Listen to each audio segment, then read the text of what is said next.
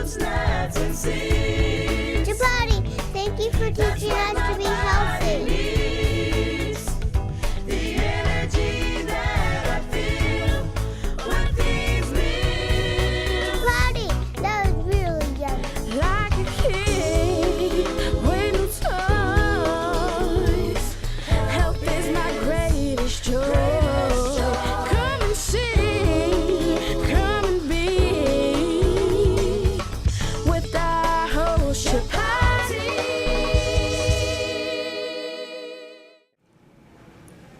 Hello and welcome to Food with Life. I am your host Chapati, and we're here at the Conscious Life Expo in Los Angeles, California. We have a very, very special guest here, and this time it's very unusual because he's a unique man in talking about mastering life and shifting in time, and something many of us are not aware of about miracles. So let's talk a little bit about your touch on this subject and your experience in what came out in your very good book, Saved by the Light.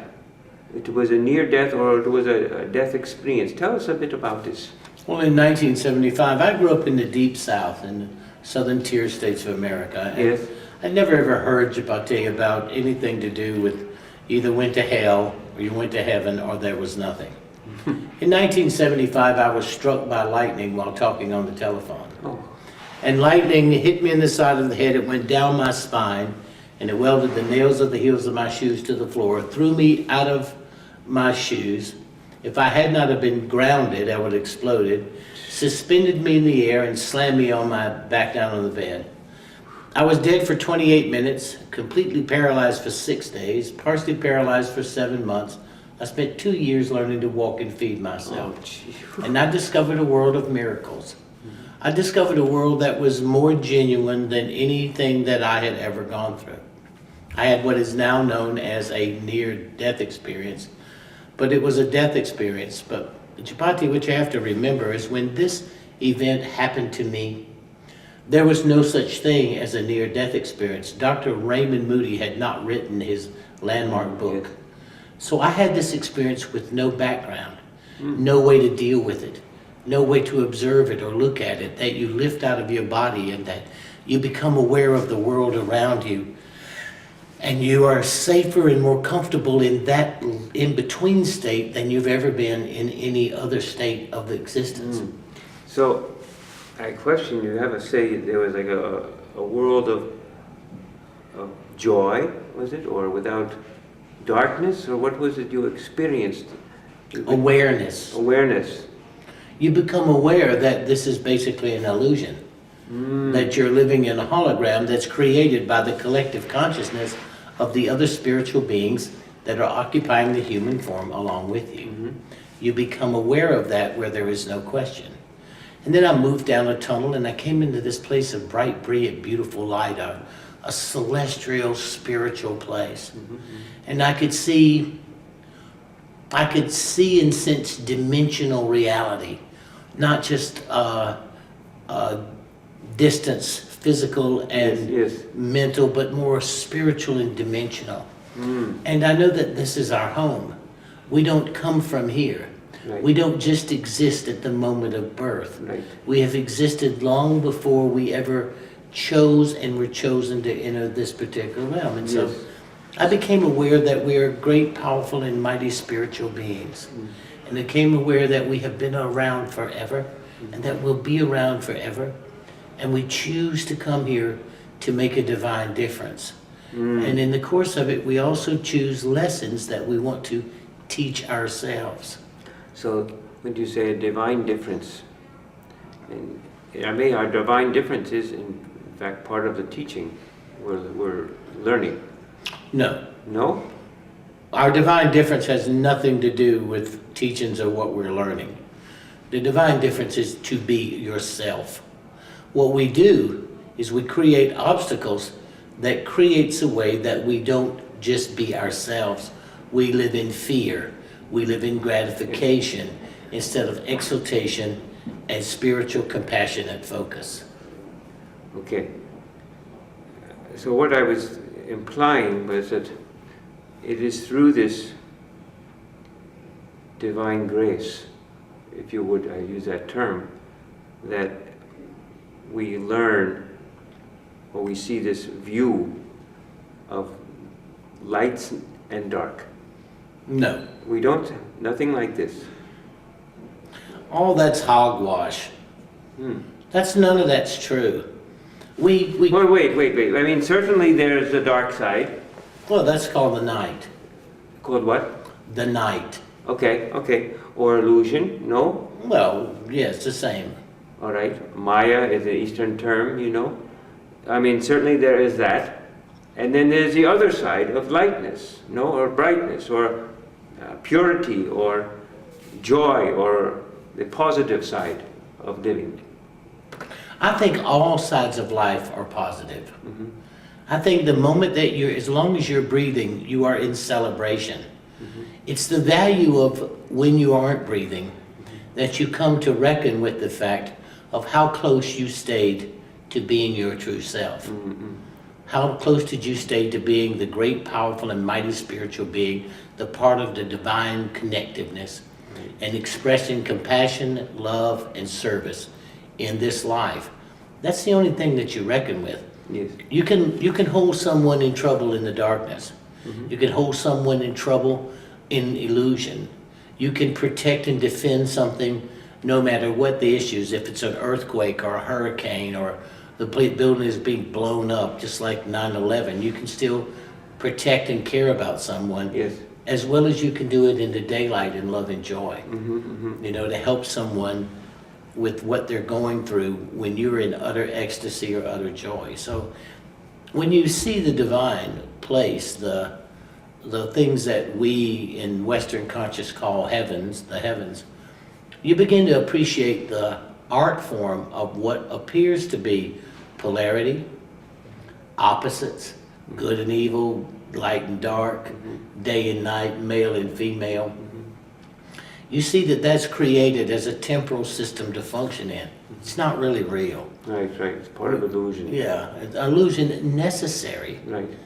So that we sense the moment of when we help someone and they say thank you. And you walk away knowing that that's what you did. Okay, we're going to talk about that in a minute, all right? Much more to discuss. I'm your host, Chapati, with our wonderful guest, Danion Brinkley. We'll be right back to discuss more about possibly love and more. And food. And food, yes. I'm your host, Chapati. Stay with us. This is Food with Life. We'll be right back.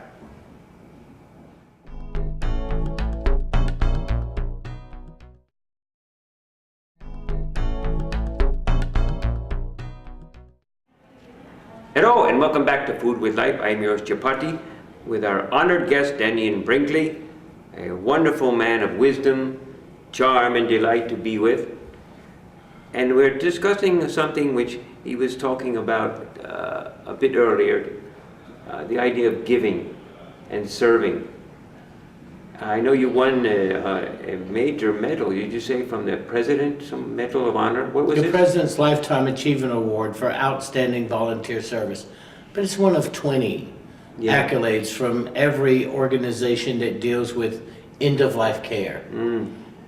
Hospice care, yes? Hospice. Yes. Once you go through what is a near-death experience, and you realize that we're spiritual beings, and we come to be ourselves and spread love and compassion. And you also come to teach yourself lessons. Once that happens, what you do is you try to figure out a way to be of service. Everyone comes back with looking at how to serve. Yes.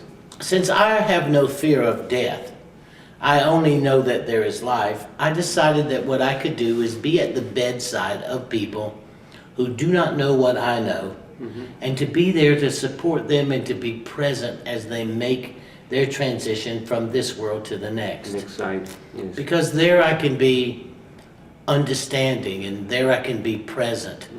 There I can pay attention to what their needs are, how much hydration they have, what kind of foods they eat, how much prayer or blessing do they put upon the food that they're taking in. And I have no fear, and I don't have to talk about near death, and I watch people sense that I am present in their transition as opposed to being present in my own aspiration. Very wise. And I can feel, talking with you, the whole sense of giving and serving. It's real power. Yes, and well, it's an immense love. Well, once you feel the love of outside of the physical, and you feel the safety and the magnificence of outside of the physical, Yes. what you do is you learn three things. You learn to be compassionate and caring. You learn to be serving, a way to serve, and you learn the art of forgiveness. The ability to be able to forgive people, because the more you hold on to something, the slower your vibration becomes, and the less higher aspirations and perceptions you're capable of perceiving. Right. Also, eating the right food. I think it's important, the food, but I think the whole thing of forgiveness is something, it's a very big word, a very important word. And I know It's power. but many, and I know myself included, I need to learn more about the forgiving and understanding and the compassion before I or anyone can move on into the realm of love. But Chapati, you don't have a choice. No, I understand. I mean, it's not about that. It has to be. Yeah, you don't need to learn more about it. You need to accept that it is reality. Right. And you need to know that in order for you to raise your vibration, Right. for you to be able to perceive and with clarity and understanding what goes on around you, forgiveness becomes a power. It's not about being weak and I've got to forgive them. Right. Oh God, I feel so bad because they've hurt my feelings. Yes. Forget that. The point is this. One day they will become you. In the panoramic life review of the near-death experience, you will see your entire life pass before you. And you will watch your life from a point of view of look at the choices you made. And then you literally become every person that you ever encounter. And you feel the direct results of your interaction between you and them. Without forgiveness, you bear the pain. Right. Yeah. I think I know from talking with people and myself, pain is has been or is a big issue. Well, fear is the pain. All right, fear. What creates so much pain is people not taking care of themselves, eating properly and hydrating properly, and how you prepare the food, and the basic advancements of what we call Western medicine. Because Western medicine creates the ability to prolong life when life should have already ended in this phase and entered another phase. Okay, we're going to take a break. I am your host, Chapati. Stay with us. We'll be right back.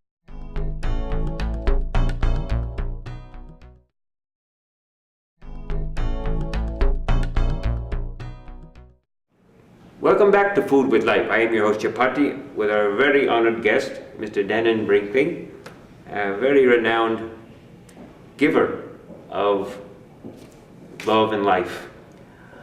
And I have a question. You've dealt immensely with veterans and people who have been to war. Tell me about that experience. The veteran is a unique human because they come to defend their country, or they come to believe a series of beliefs like our Constitution.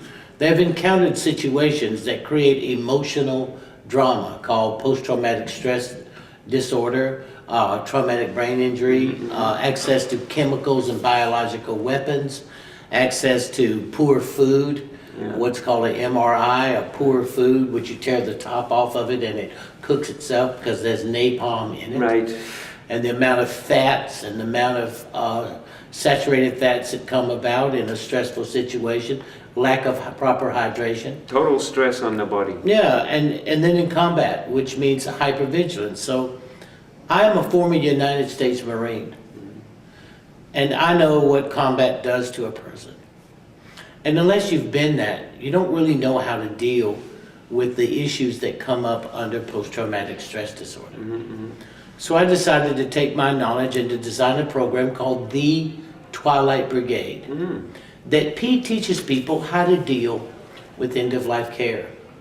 Sooner or later, Jabarte, everybody is going to be a hospice volunteer. Right. If not only for yourself, but for someone you love or someone who loves you. Mm-hmm. I created a Twilight Brigade to create a way to reduce the stress on the family member who, quote unquote, dies a little bit every day. Mm. The veteran is unique, they need more attention, and they need people to be present and to listen. So as a part of my giving back for being able to dwell in the heavens, and a part of what I learned about from being a tough guy to compassion, being at the bedside of a veteran, listening to them process their information is rewarding, spiritually fulfilling for me. And also I help them reduce their fear and find a certain forgiveness of their transgressions as they see it that came about during war. Is it indeed a part of imbibing love into their being? That they are appreciated, Appreciated. that someone listens and someone doesn't judge. And cares, yes? Yeah, and I care. Yes. I understand them. And so I train people to be able to look for the signs and to look at the points of how to deal with it. Because once you learn to deal with a veteran, then when it's your own family, your own husband, your own wife, your own neighbors or your friends, you have a unique, trained, tuned eye and ear to listen for the things that matter and to help conflict resolution come into play. It's my assumption from reading and speaking to veterans that when they come back, they have a immense backload on their psyche from You back. can't kill women and children Mhm. and it not somewhere Right. play upon. Yes. You can't see the inequities of war, not to save anything, but it's business. Right. And we send our children off to battle the war on terror, which is utter nonsense. And a person who goes to fight based on the war on terror realizes it's a lie very quickly. And yet they're still being shot at. And yet they're still having IEDs. And yes, they're still picking up the pieces of their best friends and putting them in a bag. Right. And then you come home to America, and in America goes to the mall. They go to Kandahar. Right. The disconnect between the American society and the combat veteran is worse than it was, or equally as bad as it was during the Vietnam era. Right. So somebody has to do something, and I nominated myself. If I have seen the heavens and I have no fear about what's next, then those people who are the most afraid because they did something that was immoral in the name of something that now we realize to be immoral, war, then they need to be supported and helped as they deal with that and help and to begin their journey from this world to the next. Right, right. I'm your host, Chaparty, with our revered guest, Danion Brinkley. We'll be right back. Stay with us. This is Food with Life.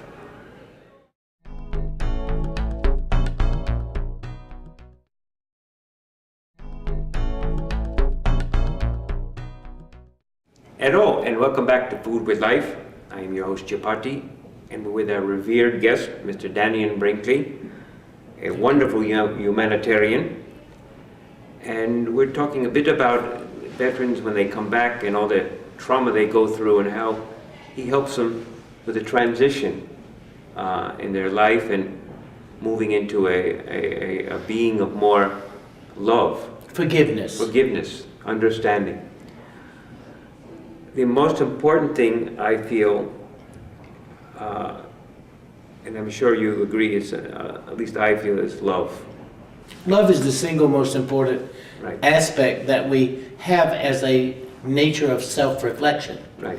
If we don't use a love, and in the English word love, it just has one meaning. Okay, love, and it has so many concepts. I like the Greek. You have three forms of love. You have philia, which is love of friends.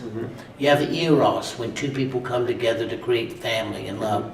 And you have agape, which is the divine love of God, or the great divinity, or the nature that guides us. So I always categorize my friendship. If it's philia, it's like between you and me. We're becoming friends and trying to put information.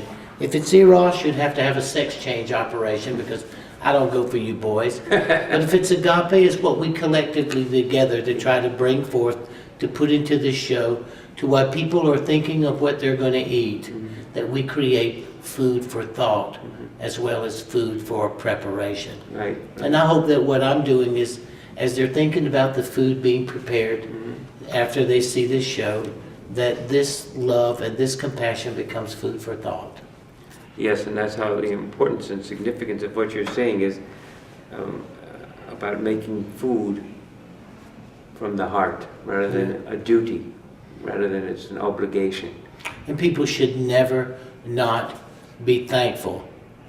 People should bless or say grace over the food, and they should set an intention. Once you put the food on that table and you look at it before you, you are to bless it or set in motion in your heart what that food is supposed to do. Let it guide me in wonder and wisdom. Let it be that it is nutritious to my mitochondrial cell walls. Let me hydrate properly. Let it enlighten me.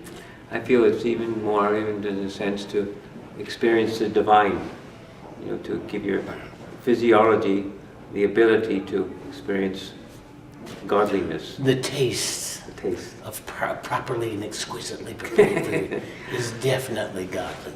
Now, a very important word, which is sometimes overused, and I once saw it on a pin I once had. It said, expect a miracle. The word is miracle.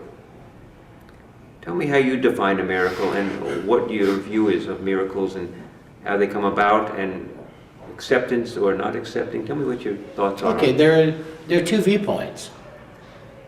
Either everything's a miracle or nothing's a miracle. Either way you approach it, it's still the same. I believe that everything is a miracle. Everything. Then I'm spending my time appreciating the fact that life is a miracle. The people I see, the smiles, the gratitude that we express to each other, and that we care about each other. These are miracles. If nothing's a miracle, then it's going to send you on the hunt to prove there is no such thing. And what happens is you will always lose. Right. Because everything's a miracle. So if you say that everything's a miracle or nothing's a miracle, neither one of those two choices are wrong. Right. But one thing that you said, Japarte, expect a miracle. That means quantitatively and quantifiably, you have set it as a goal to be a moment in time that you see. Breath not being an autonomic response, that you don't have to think about each breath that you breathe. You do it naturally in an autonomic system. That is the greatest of all miracles. And you do it every breath. So when you want to know if there are miracles, see how long you can hold your breath. Right. And see when a miracle is truly the gift of divinity that creates life in amazement. And that I didn't have to think about it. My body naturally and rhythmically did that. Right. The ultimate miracle. Innately. Just occurs Right. autonomically. Okay, I want you to give me a definition, a one-sentence definition of the word miracle. You and this television Anybody. show. Everything. What, you know? a miracle, the very second that you realize the divinity within you, that you are a child and a part of the divine grace that flows through this universe, and you're a participant in the making of greatness in this world and other worlds. You may be aware of this world, but you're functioning in other worlds and making that world great. At that moment of realization, you are creating a miracle, or the first bite of exquisitely, nutritiously prepared food. That taste is a miracle. Yes. Thank you so much. Thank very you, much. Japarte. I am your host, Japarte. We want to thank our wonderful guest, Mr. Danion Brinkley, for giving us some wisdom and light on life. This is food And with dinner. And dinner. And we'll be having him back at some point with some food. I look forward to it. I am your host, Japarte. This is Food with Life. Thank you for watching. We'll see you very soon. Eat well, be happy, smile, enjoy, and remember, life is a miracle. Bye-bye. Veggies, fruits, nuts, and seeds.